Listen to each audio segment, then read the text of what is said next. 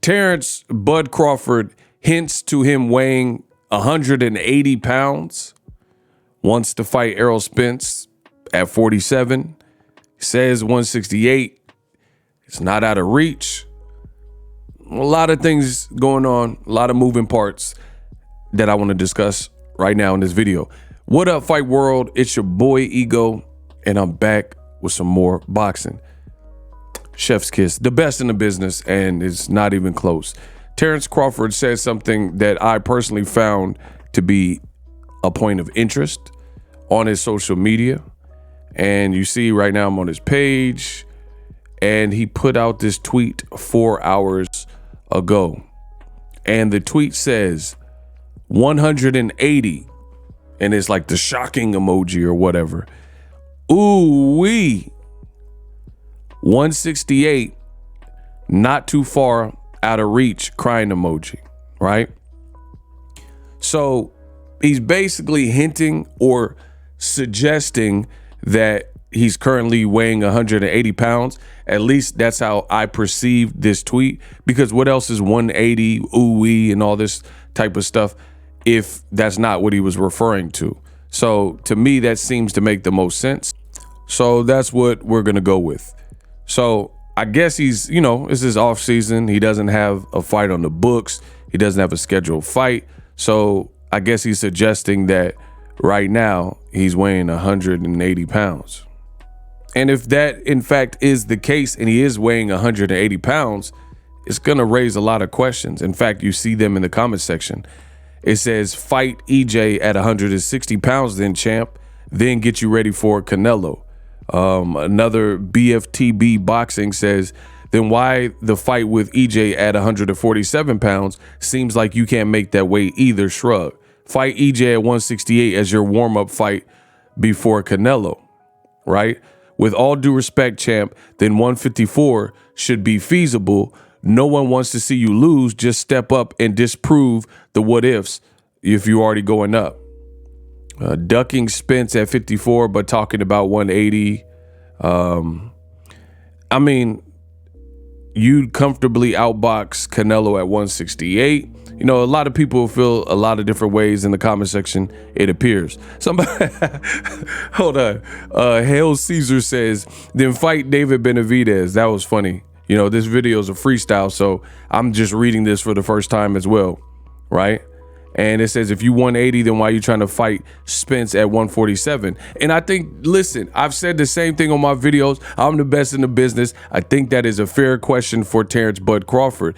If, in fact, you are 180 right now, as you're suggesting or hinting, and you already became undisputed, then why do you want to fight Crawford? Why does he want to fight Spence at 147? The winner gets to pick.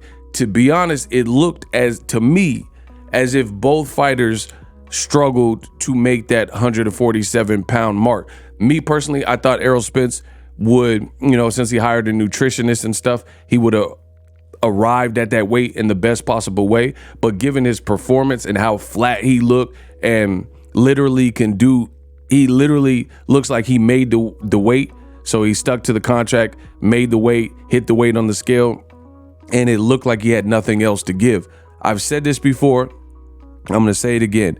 I've seen a lot of fights, a lot of boxing, both live, both on TV. I've seen a lot of fights where there's a stylistic difference, or a person has a stylistic advantage, right? And the advantage typically, unless it's a huge mismatch, but unless it's like, Mike Tyson versus a journeyman in the first year when he was fighting like 19 times. What usually happens is that advantage in style will show over time. But Errol Spence performed poorly really from the onset of the fight. Like even before the fight, people were saying, oh, you look loaded. He looks high. Something's wrong with Errol Spence. The Bud Buddies, they can say whatever they want. Oh, this is an excuse. I don't give a good and god dang. I seen what I seen, and I've never seen Errol Spence look like that, which indicates there were some other troubles outside of. It's not that Crawford won. That's fine. Like, it's boxing. We knew Crawford was a talented fighter. One guy got to lose, one guy got to win, unless it's a draw. Cool, I have no problem with that. But Errol Spence looked like a version of Errol Spence that, as I keep saying, he looks to me like he would have lost to other guys that he's previously beaten. That's how he looked. So that looks completely different. You could say, oh, Crawford got more skills and, you know, skills pay the bills and all that type of stuff. But at the end of the day, Errol Spence looked like depleted. And I really struggled to believe that that version of Errol Spence would have beaten, you know, guys. Even Keith Thurman said this. He said, I would have wiped the floor with that version of Errol Spence that showed up. Ugas. I mean, the way he looked versus Manny Pacquiao. I want to accept my portfolio. Right? I would pick Ugas or Sean Porter or Thurman or whoever to have beaten Errol if he showed up to any of his previous fights looking like that. So maybe he stayed at the division too long and he languished at that weight class and it wasn't his night. Cool, fine. But the fact that Crawford is seemingly bragging about being 180, you know what I mean, and weighing all this weight, but then you're trying to stagnate and stifle Errol Spence to the 147-pound division just because you have the option contractually, even though you're saying you're 180 and you want to move up to fight Charlo, move up to fight Canelo. It is kind of nasty work. And I don't know if Crawford cares. He probably doesn't.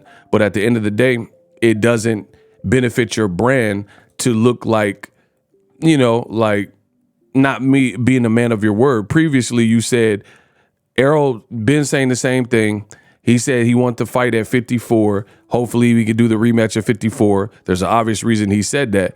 So to be honest, it seems to me that that's an obvious that he had trouble making the weight.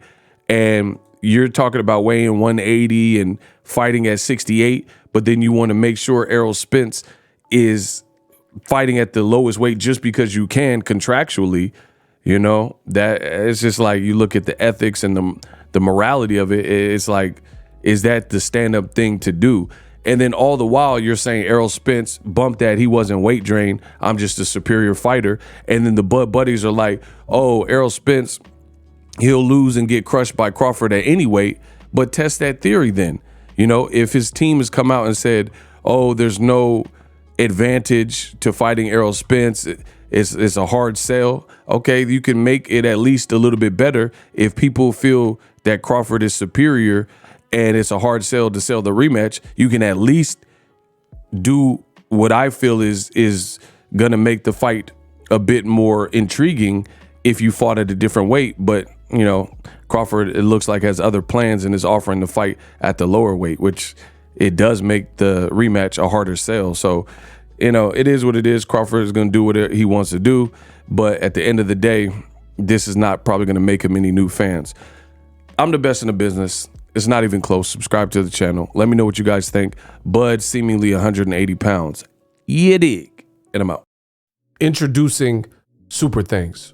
Right here on the official Boxingego YouTube. Super Thanks allows you, the viewers, to show a little bit of extra gratitude, which enables me as a full-time content creator to push out the content you need in the world of boxing. Underneath all the videos, you will see a heart with the $sign in it. You can enter any amount that you find suitable as a super thanks. A brand new interactive and colorful way to get your comments highlighted and noticed by not only myself, but other people on the YouTube platform. Super thanks, a unique and cool way to show and applaud us full-time content creators. Hopefully you guys enjoy the content. Super thanks.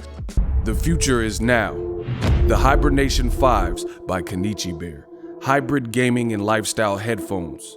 Out of the box, you can connect to any console or PC.